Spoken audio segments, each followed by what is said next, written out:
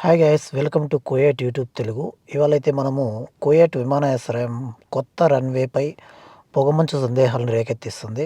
ఇటీవల కోయట్ అంతర్జాతీయ విమానాశ్రయానికి వచ్చే విమానాలను దట్టమైన పొగమంచు కారణంగా పొరుగు దేశాలకు మళ్లించడం వలన కొత్త రన్వే యొక్క స్పెసిఫికేషన్లకు సంబంధించిన ప్రశ్నలు తలెత్తాయి. ఈ సంఘటనకు 2 రోజుల ముందు మాత్రమే దీనిని ప్రారంభించారు.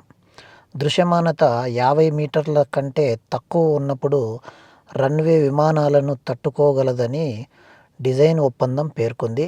అయితే సంఘటన సమయంలో దృశ్యమానత 100 మీటర్ల కంటే తక్కువగా పడిపోయిందని director general of civil aviation DGCA విడుదల చేసిన ఒక ప్రకటనలో తెలిపింది.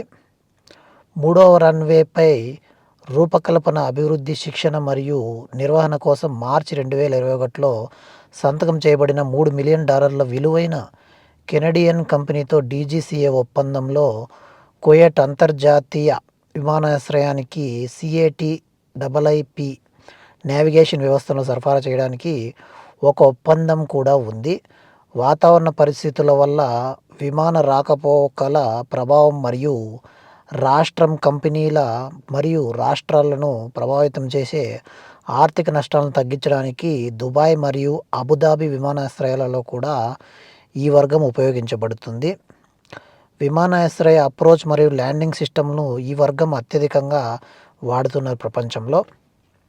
అదేవిధంగా మనము కోయట్లో బంగారం ధరలు అయితే ఒకసారి చూద్దాము. 24 క్యారెట్ల బంగారం ధర 40 దినార్ల 225 ఫీల్స్గా అయితే ఉంది. 22 క్యారెట్ల బంగారం ధర 36 దినార్ల 872 ఫీల్స్గా అయితే ఉంది. 21 క్యారెట్ల బంగారం ధర 35 దినార్ల 197 ఫీల్స్గా అయితే ఉంది. చివరగా 18 క్యారెట్ల బంగారం ధర విషయానికి వస్తే 30 దినార్ల 169 ఫీల్స్గా అయితే ఉంది. దినార్ రేట్ చూసినట్లయితే ఎక్స్చేంజ్ ధర ఒక కోయట్ దినారు మన ఇండియన్ రూపీస్లో $288 అయితే లభిస్తాయి. ఇవి కోయట్లో ఉన్న లేటెస్ట్ అప్డేట్స్ అయితే ఇవి. స్టే విత్ us కోయట్ యూట్యూబ్ తెలుగు ఛానల్ అయితే ఫాలో చేయండి. మరో వీడియోలో కలుద్దాం ఫ్రెండ్స్. అంతవరకు సెలవు. జై హింద్. వందే మాతరం.